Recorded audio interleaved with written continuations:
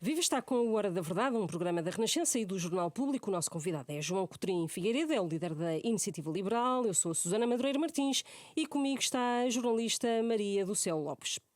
João Coutrinho Figueiredo, parte para estas eleições legislativas antecipadas com o objetivo de atingir os 4,5% dos votos a nível nacional, é o que está na sua moção, que vai apresentar à Convenção, e com a eleição de 5 deputados nos distritos de Lisboa, Porto e com possibilidades também noutros distritos como Braga, Setúbal e Aveiro. Na melhor das hipóteses, isto quer dizer que a Iniciativa Liberal quer eleger até aos 7, 8 deputados. É isto?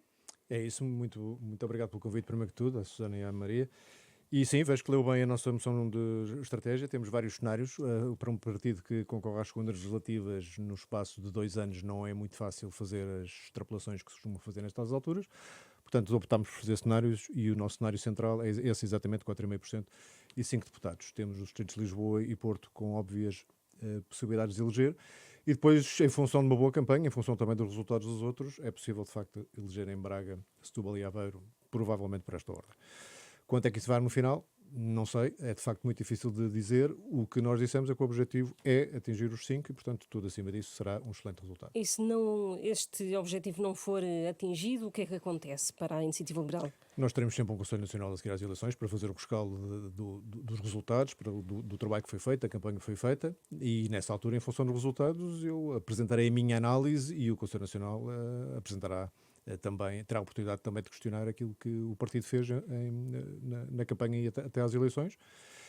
Uma coisa é sempre verdade na Iniciativa Liberal, enquanto eu lá estiver, as pessoas responsabilizam-se pelos bons e pelos maus resultados que obtêm. Isso quer dizer o quê? Que a liderança até pode ficar em causa? Se tiver um péssimo resultado, com certeza. O que é um péssimo resultado? Isso não sei dizer agora. É Não sei mesmo. Posso dizer, se mantiver um deputado, com certeza que é um péssimo resultado. Se só tiver 2, sim, é provavelmente um péssimo resultado. Mas depende de quão perto ficamos do... Depende dos círculos onde eleger também. Sim, e depende de quão perto ficamos dos outros deputados, depende do que é que se tenha passado durante a campanha e do que é que tenha sido o comportamento dos outros partidos. Portanto, assumo as responsabilidades, mas não me vou pôr dentro de um beco onde tenho que assumir coisas que à partida não sei como é que é de interpretar na altura. Não é? Mas isso significa que não deixaria ou deixaria o seu lugar de deputado, uma vez que tinha sido eleito? Bom, se deixasse a liderança do partido, deixaria o lugar de deputado, evidentemente. A Comissão Política Nacional do PSD recusou há pouco a coligação com o CDS, uma coligação pré-eleitoral. Esse é o cenário mais favorável para a Iniciativa Liberal? Ter esses dois partidos Sempre que me falam em eleições cenários mais separados? favoráveis para a Iniciativa Liberal, eu tenho que responder que uma coisa é os cenários mais favoráveis no curto prazo, outros é no mais médio e longo prazo, porque aquilo que nós temos dito que é uma maratona de implantação do liberalismo em Portugal é um horizonte realmente mais longo do que se costuma fazer em política, é um horizonte de uma década. E nesse horizonte não creio que seja muito fácil dizer se a ida do CDS sozinho a eleições legislativas agora em janeiro é melhor ou pior. Quer dizer, do ponto de vista do curto prazo, não ter uma coligação que pudesse agrupar boa parte do voto não socialista é possivelmente uma vantagem de curto prazo. A longo prazo não tenho tanta certeza. Mas isso torna-o, enfim, mais fácil para a Iniciativa Liberal aproximar-se do PSD num cenário de pós-eleições? Não sei. Isso teria que perguntar ao PSD, porque para nós é relativamente indiferente. Porquê? Porque a proposta política que nós temos é, de facto, bastante diferenciadora daquela que o CDS poderia pôr e também, em boa medida, daquela que o PSD poderia colocar em cima da mesa. Portanto, sendo tão diferenciada, não me faz muita diferença colocá-la a um partido grande ou uma coligação de um partido grande com um partido mais pequeno. Esses 5% não são demasiado ambiciosos, tendo em conta a vossa... 4,5%, exato, é verdade. 5 deputados, 4,5% dos votos. Não é um objetivo demasiado ambicioso, tendo em conta que a parte de umas legislativas há 2 anos, há apenas 2 anos com 1,3%. Concordo com o ambicioso, não concordo com o demasiado. Aliás, se para fixar objetivos não sejam ambiciosos, não seriam úteis de fixar. Nós queremos que o partido esteja consciente da oportunidade que tem pela frente, do muito trabalho que vai ter que fazer daqui até 28 de janeiro, quando acabar a campanha oficial, e E é isso que pretendemos fazer. É um cenário que nos parece, da análise que fizemos, possível, mas ambicioso, evidentemente. Mas é muito com base nas sondagens que têm, E não têm só. aparecido. Nós usamos alguns dados de sondagem, mas usamos também os dados de eleições que tivemos, entretanto, como presidenciais e autárquicas, para tentar extrapolar o melhor possível. E também daquilo que tem sido uma evolução do partido, que na parte que é menos visível para a comunicação social, nós temos hoje quase 8 vezes mais membros do que tínhamos há 2 anos atrás, temos também 8 vezes mais núcleos do que tínhamos há 2 anos atrás. E, portanto, o crescimento interno do partido, que eu estou em querer, é apenas uma amostra do crescimento de simpatizantes e de potenciais votantes do partido, é muito, muito grande. E, portanto, acho que é possível. Estou de acordo que é ambicioso, não estou de acordo que seja demasiado ambicioso. Mas essa multiplicação em 2 anos, na verdade, se compararmos a percentagem ou o número de votos nas legislativas e nas autárquicas deste ano, o patamar é exatamente igual, 65, 67 mil. Sendo que só concorremos a 62% do eleitorado. E agora vão concorrer a todos os distritos. A todos os círculos eleitorais, dentro e fora de Portugal. Em Lisboa, apresenta-se como cabeça de lista. Quer falar de nomes para outros distritos, por exemplo, para o Porto, Maian Gonçalves, por exemplo, aproveitando o elan das presidenciais? Não vou falar de nomes antes da convenção, porque na convenção há várias... Vai servir para isso? Vai também servir para isso. Vamos discutir, não sei se já tiveram a ocasião de ver o programa da nossa convenção. Deve ser das únicas convenções onde se discute ideologia, princípios programáticos, moções muitíssimo políticas, e vai ser muito interessante para mim para perceber exatamente como é que se pode construir uma lista de deputados que simultaneamente sirva para representar bem os ideais liberais no Parlamento, mas também para serem bons candidatos do ponto de vista da atração eleitoral. Mas já tem na cabeça cabeças de lista? Já. A lista cabeças, completa já? número 2, número 3, número 4, número 5. Não são em finais. Chegou a dizer que Adolfo Mesquita Nunes, ex-CDS, seria uma mais-valia para a Iniciativa Liberal. Foram feitos contactos com os desiludidos do CDS para aglutinar estas pessoas que agora estão a desertar, sobretudo dirigentes e ex-dirigentes? Com as pessoas que têm perspectivas de políticas liberais, em bom rigor, nós temos contactos, até antes de eu ser presidente do partido, já os conhecia a maior parte deles, e, portanto, temos contactos de vários tipos, social, político, profissional até, e, portanto, tenho falado sempre, independentemente da situação partidária de cada um em qualquer altura. E, portanto, continuei a fazê-lo, não especificamente porque deixaram de estar afiliados ou deixaram de estar disponíveis para integrar listas, mas porque, em alguns casos, sou amigo, noutros sou suficientemente conhecido para ligar com frequência. E, portanto, é isso que tem acontecido. Agora, uma coisa digo, e acho que toda a gente percebe isto à primeira: pessoas com capacidade política, capacidade intelectual e com espinha dorsal não vão passar de um partido para o outro no espaço de 2 meses. Portanto, se há coisa que para nós, Iniciativa Liberal, fez diferença relativamente àquilo que poderia ser uma postura perante as eleições legislativas antecipadas, foi o facto dela ter, ao ocorrerem 2 anos mais cedo, não terem permitido ter feito algum trabalho político e de atração de pessoas que creio que poderiam estar na nossa órbita noutro timing que não este. Mas o voto é secreto e o voto pode ser muito volátil. Acredita que os eleitores do CDS clássicos podem transitar, fazer essa transição para a Iniciativa Liberal? Acredito que quem tenha o espírito... E roubar votos ao CDS? Os votos não são do CDS, os votos são das pessoas e, portanto, eu acho que as pessoas que são liberais, como muitas outras que tinham ou não tinham partido, votavam ou não votavam, estavam mais ou menos ativas politicamente, quando a Iniciativa Liberal aparece e se define como um partido assumidamente liberal, gravitaram naturalmente para nós. Penso que isso continuará a acontecer, mas também tenho a certeza que ao longo do tempo continuará a haver pessoas com um espírito muito liberal noutros partidos e que não sentiram necessidade ou vontade ou apelo de aderir à Iniciativa Liberal, e por nós tudo bem. O projeto liberal não se fará só com a Iniciativa Liberal. Mas acredita que não haverá pessoas a mudar em 2 meses de partido, mas podem, no entanto, dar o seu apoio público ou até ser independentes. Está a contar com alguma coisa desse género? Com certeza. Não serei eu que irei pedir, mas obviamente que se alguém que prezemos e que achemos que tem...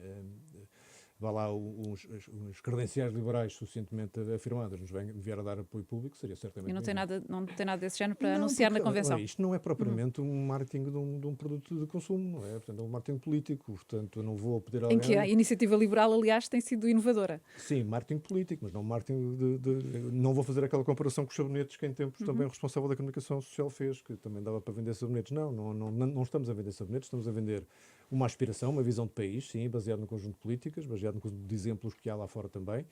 E, portanto, se as pessoas virem na Iniciativa Liberal uma espécie de ponta de lança, de algo que vai à frente para corporizar esta mudança e acharem que o seu apoio público faz sentido, falam em consciência e em liberdade. Não vou pedir, não vou caçar eleitores a outros partidos e não vou pedir para fazerem endorsements públicos. Okay.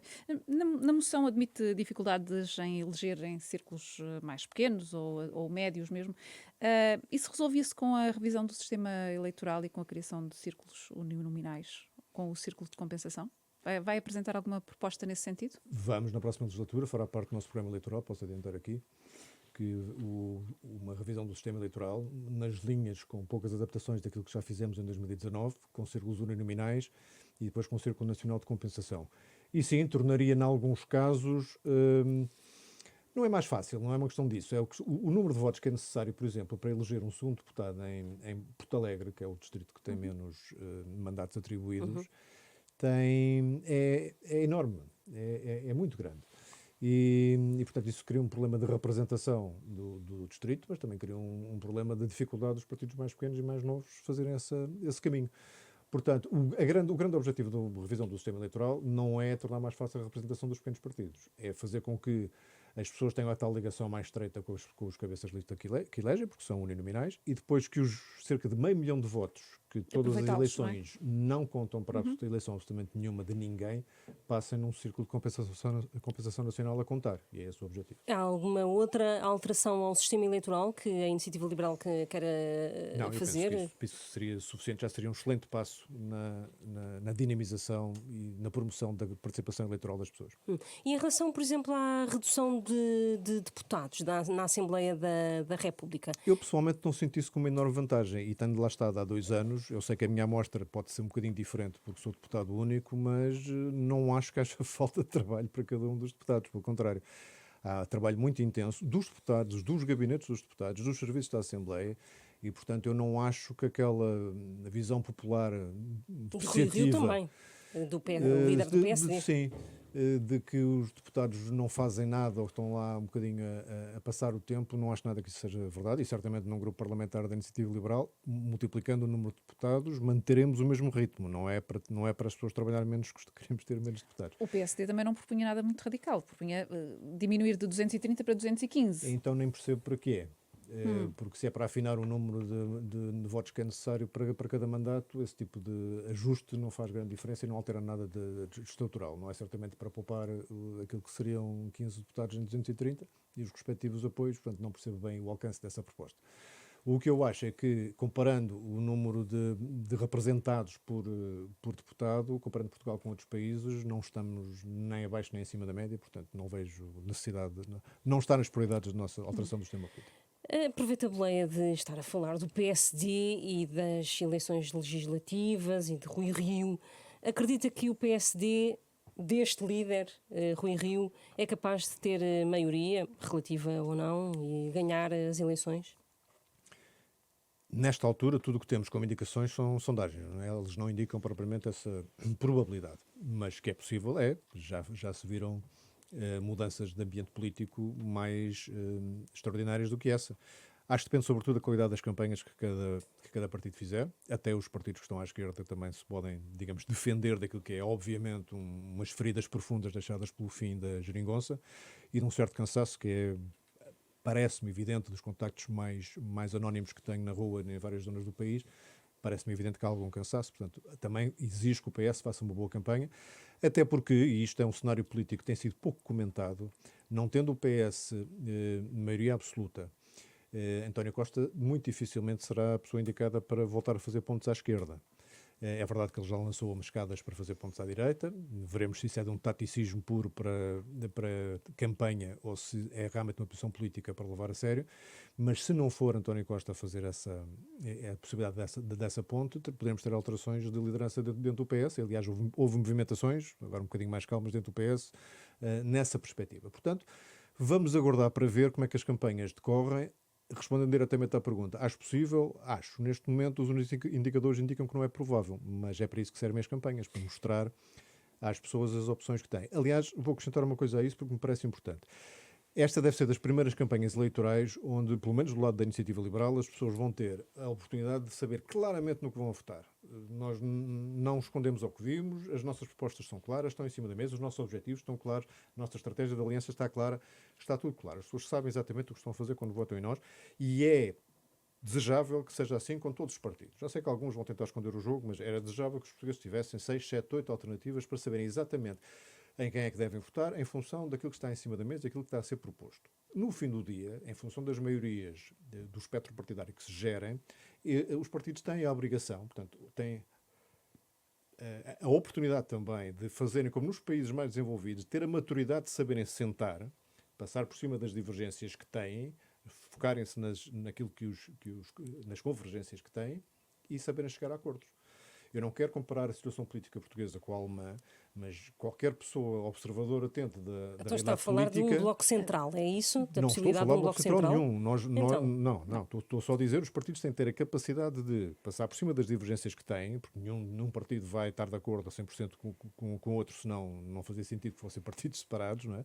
Estou a dizer que a maturidade que é demonstrada por partidos que são capazes de sentar à mesa e chegar a acordo em Portugal vai ter que ser a regra e não a exceção. E senão temos esta espécie de mania, cada vez que há uma eleição mais incerta, aparece imediatamente o Bloco Central como única maneira de haver governabilidade. Não é. Não só há várias maneiras de atingir a governabilidade, como a estabilidade, ela per si não é um bem. Ela de per si não é um bem. A estabilidade nem erros, em políticas que não funcionam, em políticas que têm produzido estagnação em Portugal, a estabilidade não é uma vantagem, pelo contrário, é uma desvantagem. Mas isso quando diz que as pessoas sabem claramente no que é que estão a votar, quando a Iniciativa Liberal coloca o jogo todo em cima da mesa, está aí também implícita uma crítica a outros partidos que não o fazem. Não, Ou por seja, acaso não estava dizem exatamente o que é que podem fazer. Não, disse que é desejável que todos os outros o façam. Eu gostava.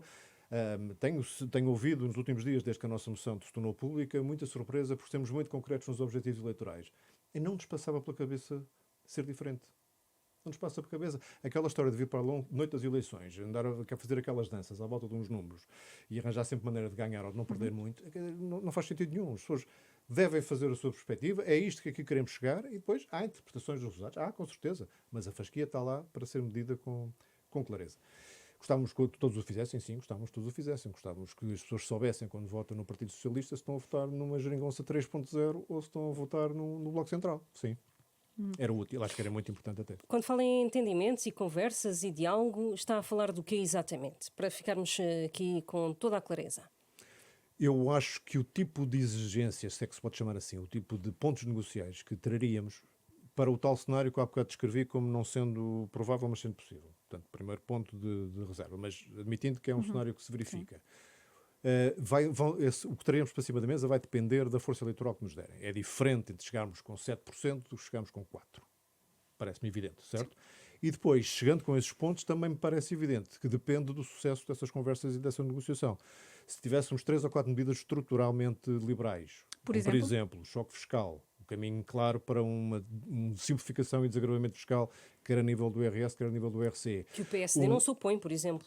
Portanto, lá está, um princípio de conversa, pelo menos o princípio não parece complexo, o final logo veremos. Ou passos decisivos no sentido da reforma do SNS para introduzir liberdade de escolha das pessoas e para introduzir a noção do Estado financiador, não necessariamente do Estado prestador. Sendo capaz de introduzir coisas estruturalmente liberais num programa desses, encaramos até a possibilidade de integrar o Governo. Não conseguindo, tendo menos força e havendo aritmética para isso, viabilizaremos um acordo escrito, sempre, como fizemos nos Açores. Temos 10 pontos com o governo do PSD nos Açores. Enquanto estiverem a ser cumpridos, viabilizamos o governo. Este ano já houve algumas dificuldades em que as coisas fossem cumpridas exatamente. Chegou-se a bom porto, continuamos a apoiar o governo, mas sempre com esta lógica de exigência, está escrito o que se combina com a iniciativa liberal, nós cumprimos e esperamos que os outros cumpram também. E em que áreas é que a iniciativa liberal poderia dar um maior contributo em termos de ministérios? Da iniciativa liberal não vai ouvir nunca pôr cargos e pessoas à frente de políticas. Portanto, políticas fala o que quiser. Mas acabou de falar em cargos. Acabou de falar em cargos, acabou de falar... Cargos em abstrato. Também não faz sentido.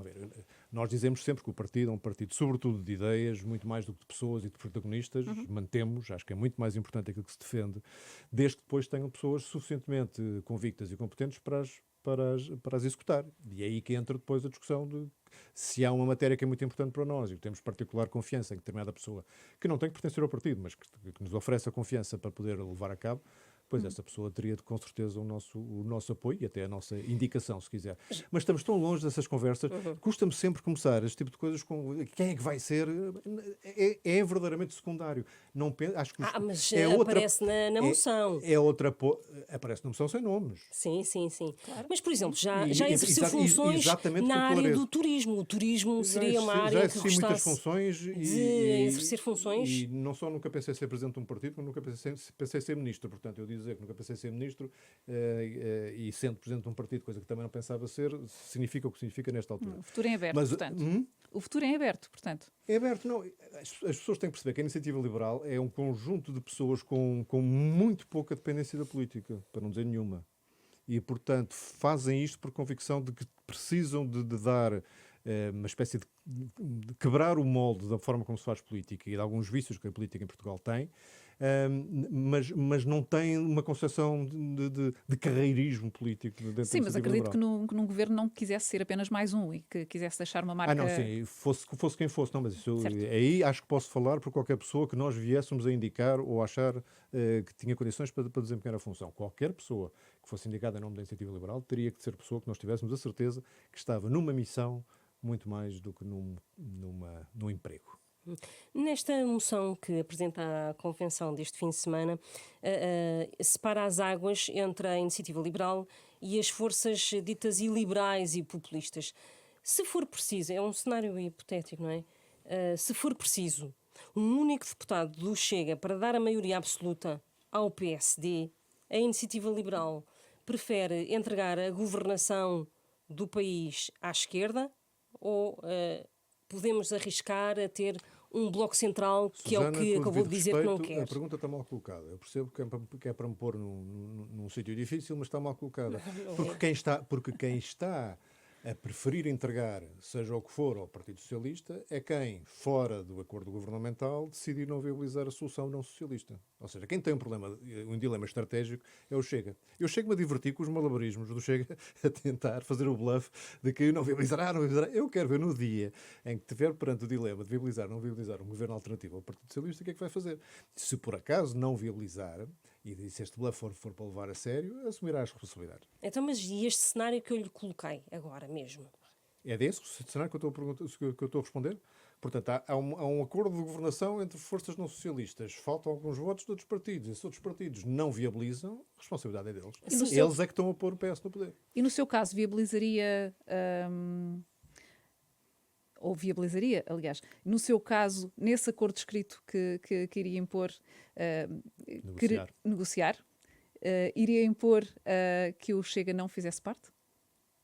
Iria impor, sobretudo, que o programa do governo não tivesse nada que ferisse os princípios liberais. Portanto, admite um governo com... estar num governo com o Chega. Nós tivemos uma solução nos Açores em que nós não tivemos qualquer contacto com o Chega e o programa do governo dos Açores não contém nada que nos desagrade, digamos assim. Portanto, temas sobre uma moralização Sim, da corrupção.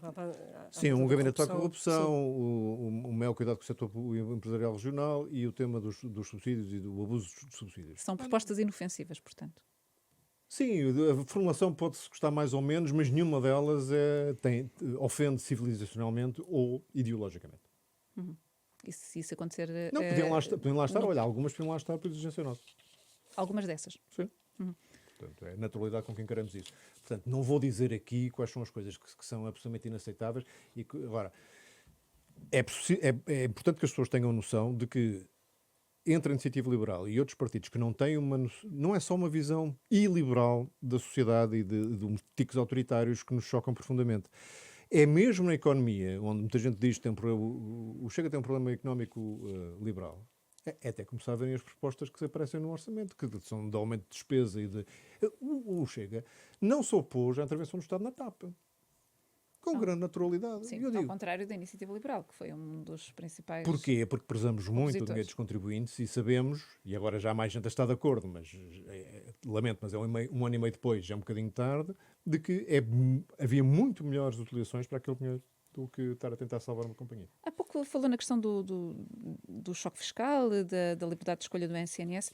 Tem insistido muito na proposta do fim dos escalões do IRS e na redução do IRC. Qual é que é a estimativa de redução de receita fiscal que isso implicaria? Há um efeito da redução fiscal, da receita fiscal direta, e depois temos que subtrair a isso o efeito induzido do crescimento que produz o próprio receita fiscal. Portanto, como o nosso objetivo é passar desta carga fiscal recorde, 35%, Sim. para outra mais perto de 28%, muito competitiva em termos de União Europeia, e isso consegue-se com um misto de crescimento económico que dilui o peso da carga fiscal e de redução efetiva de impostos, mais ou menos em partes iguais, isso significaria entre 6 e 7 mil milhões de euros de perda de receita. E onde é que iria buscar essa receita?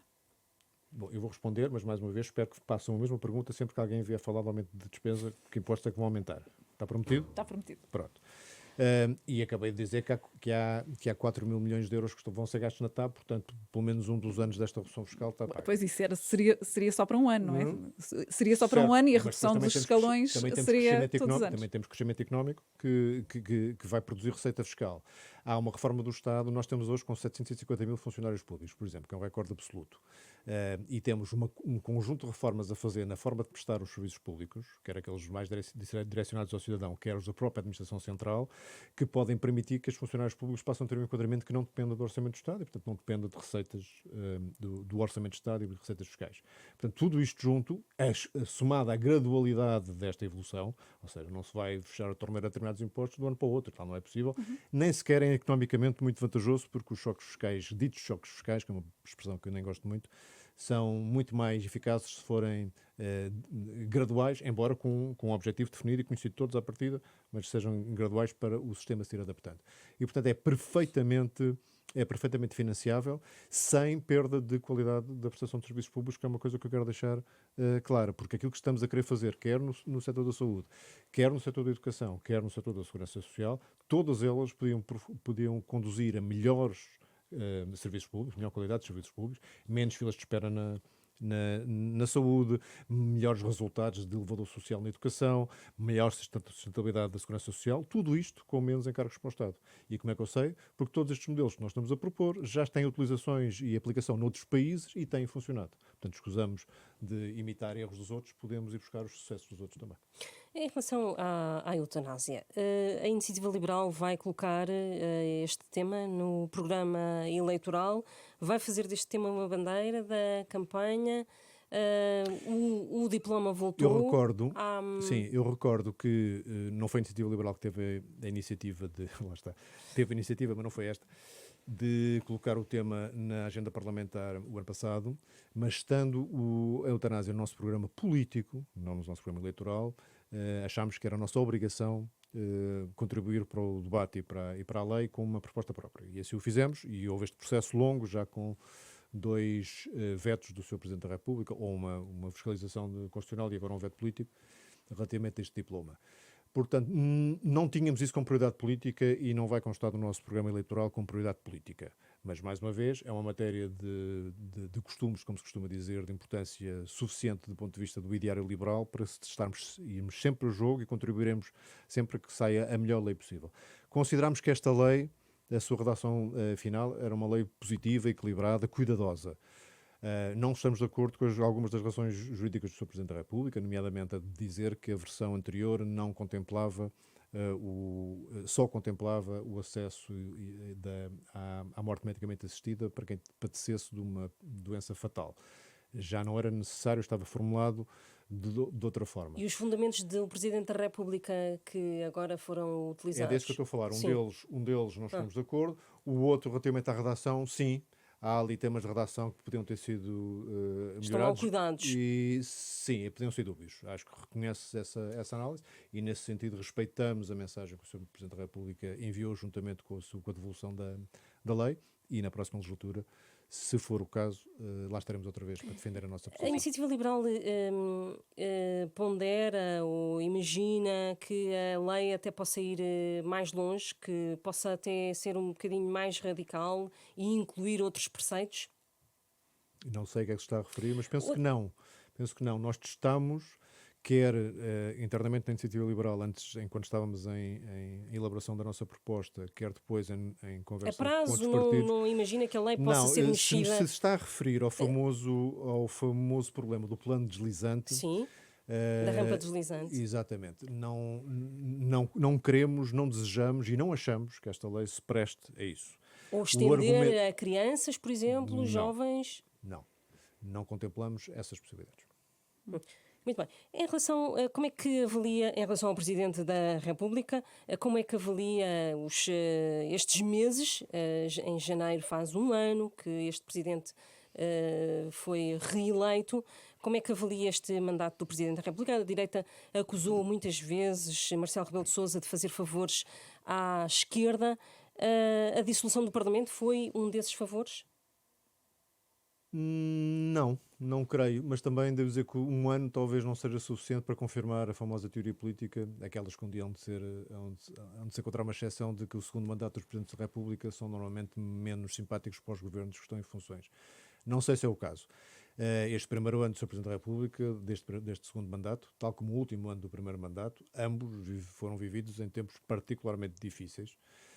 Aí que é verdade, nós próprios dissemos que houve demasiadas vezes uma consonância de posições que nos pareceu que não foi favorável à existência de debate saudável, nomeadamente sobre a extensão do estado de emergência e as disposições que neles constavam repetidamente, e muitas delas nunca foram usadas, mas eram altamente lesivas das liberdades individuais, razão pela qual, aliás, votámos quase sempre contra, com exceção da primeira votação do primeiro estado de emergência.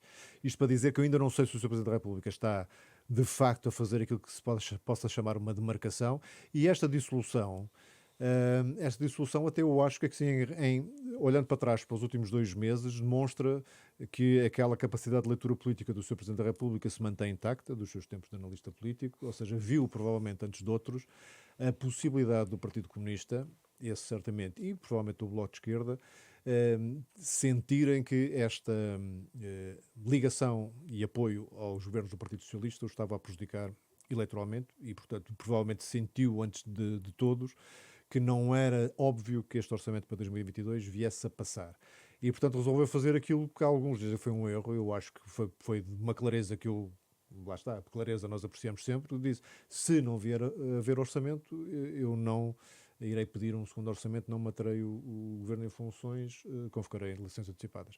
A partir do momento em que eu disse, obviamente estava já comprometido com essa posição, mas não acho que seja um erro, nem acho que manifeste um afastamento em relação a este governo. Como digo, vamos aguardar mais decurso deste mandato antes de fazer um balanço de segundo mandato. E por falar em balanços, que balanço é que faz do seu trabalho parlamentar? Marcou a discussão da polémica Carta dos Direitos Digitais, conseguiu dar a volta ao cartão do adepto. Afinal, um só deputado consegue marcar pontos, mesmo falando 1 minuto, o tal minuto liberal. O minuto liberal que ficou com marca registada e que é uma das coisas que eu tenho pena de não ter feito uma despedida mais condigna, porque acho que marcou. Olha, lá está, não sei se é marketing político, mas já que só os deixam falar 1 minuto, vamos fazer disto um verdadeiro minuto liberal. Mas eu não gosto muito de fazer um balanço naquilo em que, em boa parte, sou causa própria, não é? Sou a pessoa interessada, mas acho que é mais ou menos consensual dizer que haveria temas que não teriam estado na agenda política se não tivéssemos conseguido fazer também parte importante da agenda parlamentar.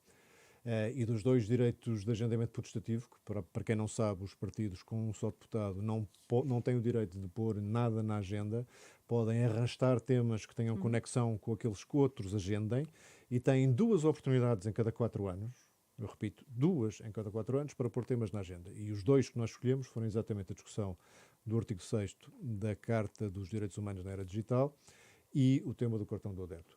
Ambos temas que podem parecer muito diferentes entre si, mas que dizem respeito a liberdades fundamentais das pessoas, sejam elas pessoas que estão ativas no espaço digital, quer sejam pessoas que gostam de desfrutar de um espetáculo desportivo. E, portanto, quando, com naturalidade, e isso já tinha acontecido no estado de emergência, como há pouco disse, com naturalidade se limitam liberdades individuais e ninguém protesta demasiado, ninguém acha estranho, aceitam-se as justificações que é para o teu bem, é para a tua proteção, é para a tua segurança.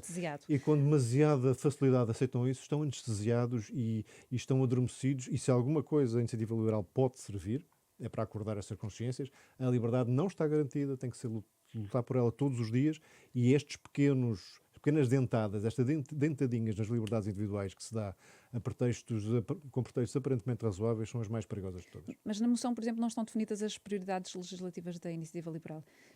Sendo eleito, qual é que vai ser o primeiro tema Nós em construímos que vai isto desta propostas? maneira. É uma moção estratégica, é obviamente um mandato que pedimos aos membros do partido, é um documento interno e, portanto, é sobretudo nessa ótica que deve ser visto. Já para a semana teremos também, depois da convenção, a aprovação do programa eleitoral. Aí já teremos um conjunto de medidas e elegeremos também bandeiras dentro dessas medidas. Eu não sei dizer o número. Os nossos programas não são aquelas 1000 medidas mal explicadas, serão talvez 100, muito bem explicadas, com perguntas frequentes, com prós e contras, com justificações, com enquadramento.